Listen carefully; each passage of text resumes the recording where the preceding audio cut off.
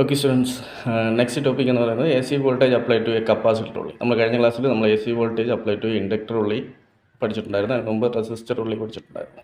Okay, ഇനി വരുന്നത് A C voltage apply to a capacitor. Okay, ഇപ്പോൾ എന്താണ് കപ്പാസിറ്റർ? കപ്പാസിറ്റർ എന്ന് പറയുന്നത് നമ്മൾ സാധാരണ ചാർജിങ്ങിന് വേണ്ടിയിട്ട് യൂസ് ചെയ്യുന്നതാണ് കപ്പാസിറ്റർ.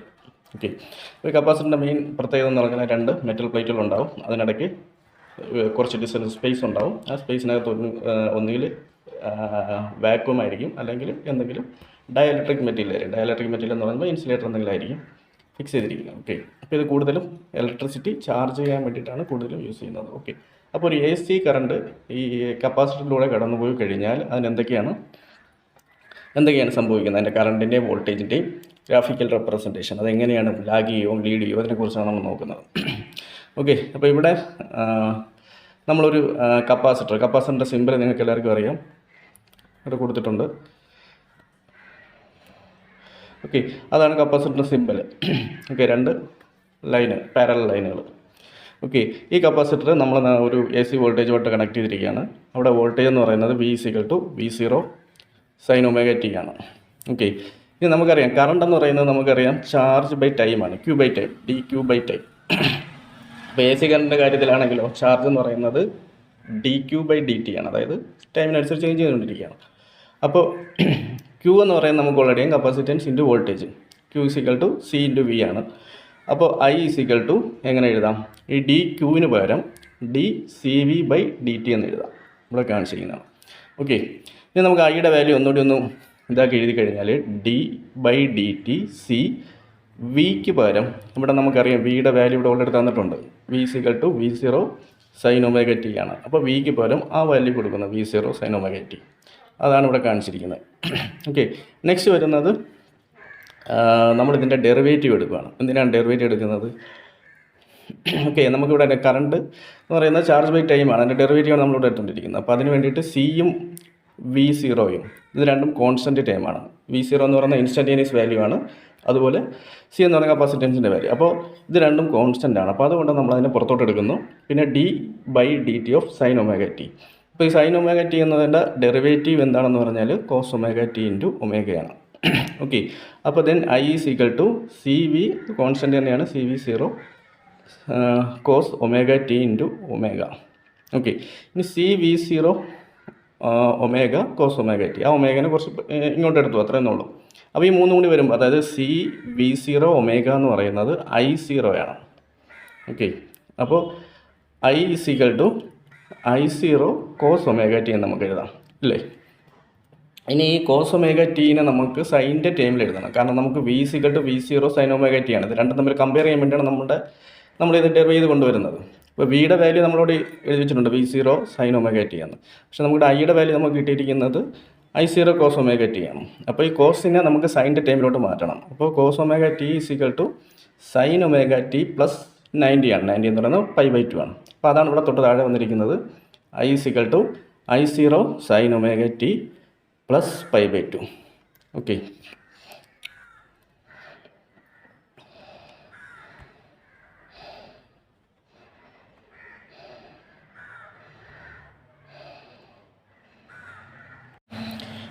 ദെൻ നമുക്കിവിടെ കറണ്ടിൻ്റെ വോൾട്ടേജ് എന്ന് പറയുന്നത് V = V0 sin omega t, അതുപോലെ I = I0 sin omega t. Okay, എഴുതിയിട്ടുണ്ട്.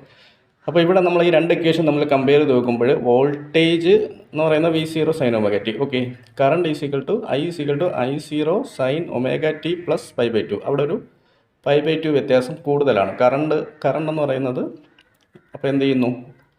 കറണ്ട് ലീഡ് ചെയ്യുകയാണ് വോൾട്ടേജിനെ കാട്ടിലും. എത്ര ഇതിൽ π/2 ഫേസ് ആംഗിളിൽ കറണ്ട് ലീഡ് ചെയ്യുകയാണ്. അതാണ് ഇവിടുത്തെ എഫക്റ്റ്. അപ്പോൾ നമ്മൾ ഓൾറെഡി ഇവിടെ എഴുതിയിട്ടുണ്ടായിരുന്നു I = C ഒമേഗ V0 എന്ന്, I0 = C ഒമേഗ V0 എന്ന് എഴുതിയിട്ടുണ്ടായിരുന്നു. ഇതിൽ നിന്നും നമ്മൾ ഐനെ എന്താ പറയുക, V0നെയും I0നെയും ഒരു ടൈമിലോട്ട് മാറ്റുകയും C ഒമേഗനെ അങ്ങോട്ട് കൊണ്ടുപോവുകയും ചെയ്തു. ജസ്റ്റ് ഒന്ന് റീഅറേഞ്ച് ചെയ്ത് എഴുതിയപ്പോൾ V0/I0 = 1/C ഒമേഗയാണ്. ഇവിടെ here 1/C omega is the capacitance reactance. Okay, ഇപ്പോൾ ഇവിടുത്തെ കപ്പാസിറ്റൻസ് റിയാക്റ്റൻസ് എന്ന് പറയുന്നത് ശരിക്കും പറഞ്ഞാൽ എന്താണ്? 1/C omega. ഇനി എന്താണ് ഈ കപ്പാസിറ്റൻസ് റിയാക്റ്റൻസ് എന്ന് പറഞ്ഞാൽ effective opposition offered by the capacitor to a flow of AC.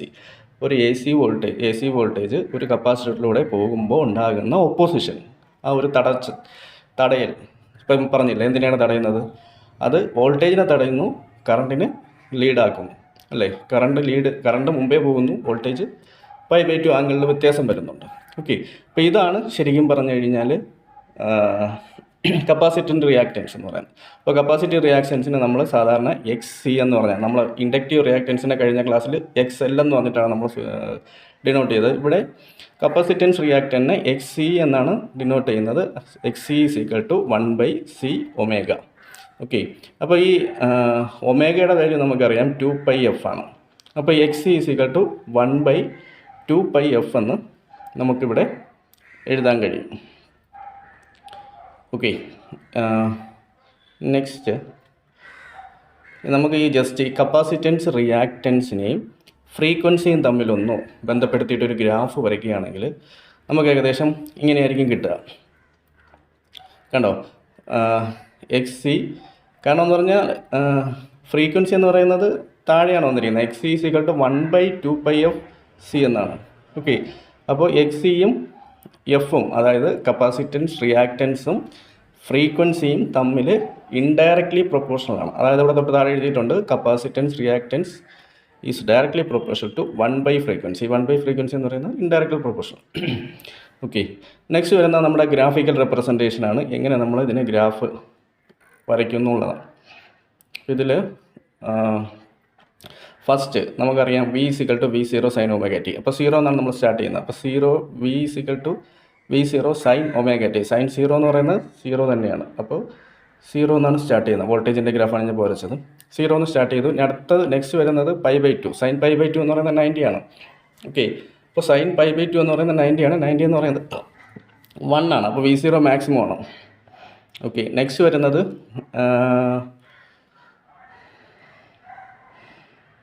sin π ആണ്. നെക്സ്റ്റ് വരുന്നത് sin π ആണ്. അവിടെ ഒരു ചെറിയ മിസ്റ്റേക്ക് പറ്റിയിട്ടുണ്ട്. sin π ആണ് അവിടെ.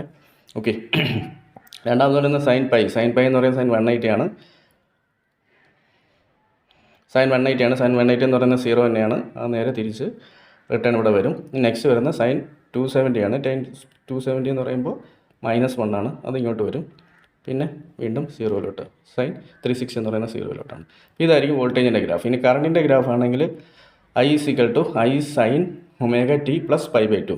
അപ്പോൾ അവിടെ I sin ωt ഫസ്റ്റ് നമ്മൾ കൊടുക്കുന്നത് എന്താണ്, 0 ആണ്. ω0 + π/2. അപ്പോൾ +π/2 ആകുമ്പോൾ 90 ആവും. അപ്പോൾ sin 90 ആവും. sin 90 എന്ന് പറയുന്നത് 1 ആണ്. അപ്പോൾ അതുകൊണ്ടാണ് ഈ ഗ്രാഫ് ഇവിടെ നിന്ന് സ്റ്റാർട്ട് ചെയ്തത്. ഓക്കെ, ഇനി അടുത്ത നെക്സ്റ്റ് sin π/2 വരുമ്പോഴോ π/2 + π/2. അപ്പോൾ sin π ആയി. sin π എന്ന് പറയുന്നത് 180 ആണ്. അതാണ് ഇവിടെ 0 വന്നത്. ഓക്കെ, രണ്ടാമത് നെക്സ്റ്റ് sin പൈയിൽ വരുമ്പോൾ 3π/2. അപ്പോൾ 270 വരും. അപ്പോൾ ഇത് -1. നെക്സ്റ്റ് വീണ്ടും 0. ഇങ്ങനെയാണ് കറണ്ടിൻ്റെ ഗ്രാഫും പോകുന്നത്. ഇനി എങ്ങനെയാണ് ഇതിൻ്റെ ഫേസർ ഡയഗ്രാം കാണിച്ചിരിക്കുന്നത് നോക്കാം.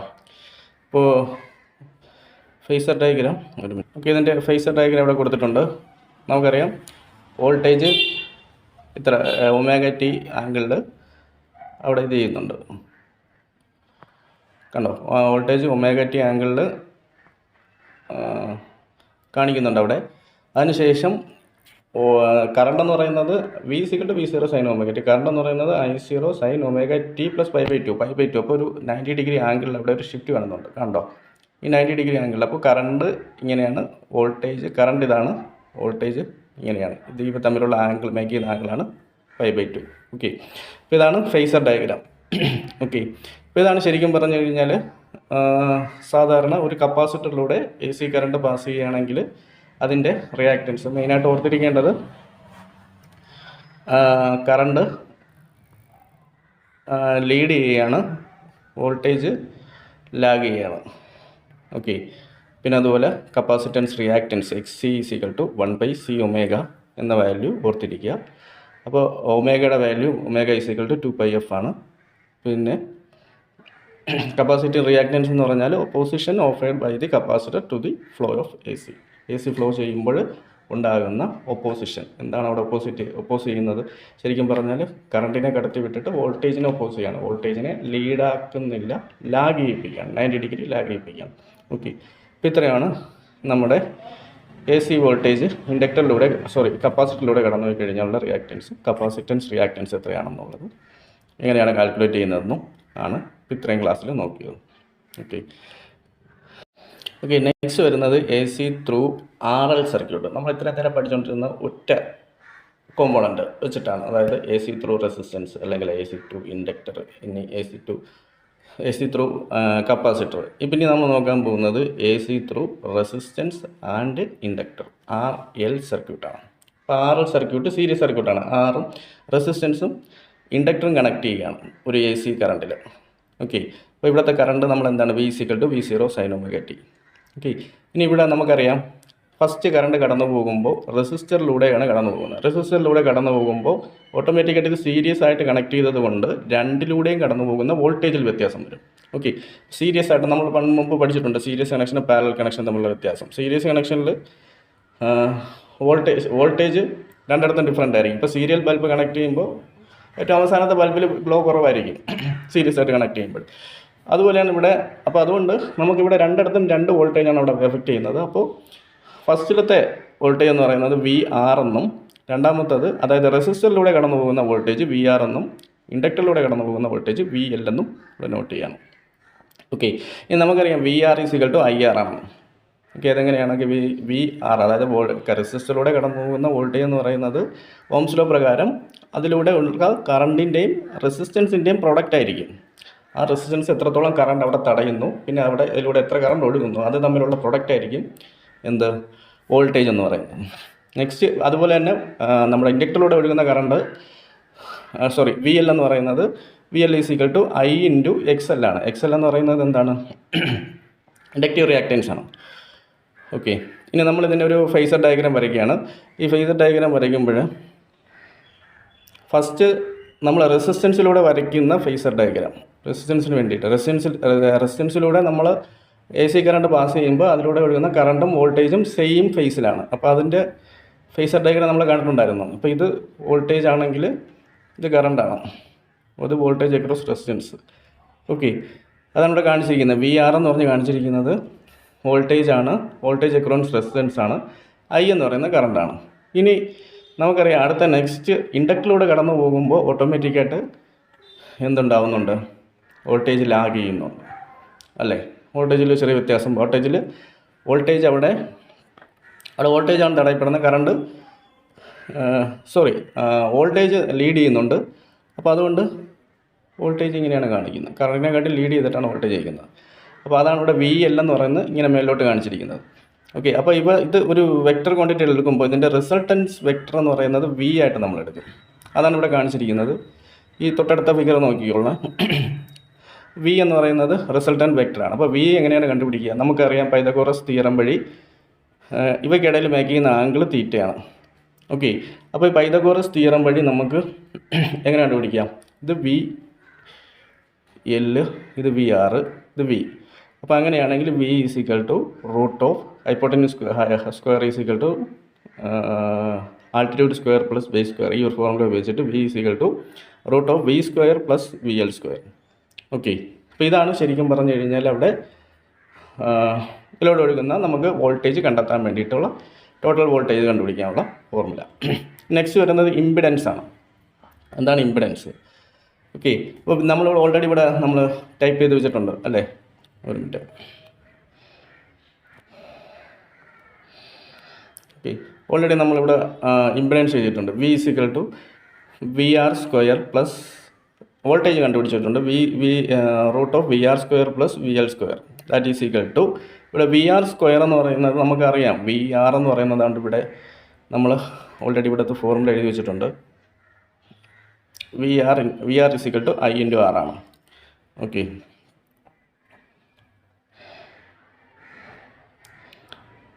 VR = I × R ആണ്. അപ്പോൾ VRന് പകരം ഇവിടെ ഞാൻ IR² അതുപോലെ VLന് പകരം IXL² കൊടുത്തു. അതിനുശേഷം I കോമൺ ആയിട്ട് പുറത്തെടുത്തു. ഇതിൽ നിന്ന് കോമൺ ആയിട്ട് പുറത്തെടുത്തു. പിന്നെ I into root of R square plus X L. Next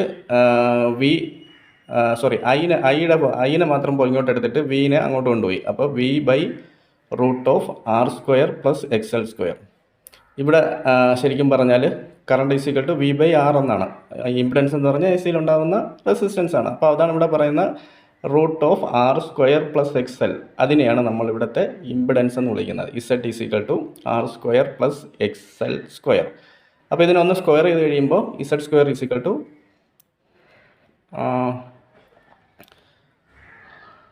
R square plus X L square എന്ന് നമുക്കിതിൻ്റെ ഫോർമുല കിട്ടും. ഓക്കെ, അപ്പോൾ ഇതാണ് ശരിക്കും പറഞ്ഞ ഇംപിഡൻസ്. ഇംപിഡൻസ് എന്ന് പറയുന്നത് വേറെ ഒന്നുമില്ല, എ സിയിൽ ഉണ്ടാകുന്ന റെസിസ്റ്റൻസ് തന്നെയാണ്. അപ്പോൾ ഇതിൻ്റെ ടോട്ടൽ റെസിസ്റ്റൻസ്, ഇവിടെ എത്രത്തോളം കറണ്ട് അവിടെ പ്രതിരോധിക്കപ്പെടുന്നു അല്ലെങ്കിൽ വോൾട്ടേജ് അവിടെ തടസ്സപ്പെടുന്നു എന്നുള്ളത് കണ്ടുപിടിക്കാൻ വേണ്ടിയിട്ടുള്ള ഫോർമുലയാണ് Z square equal to R square plus X L square. Okay.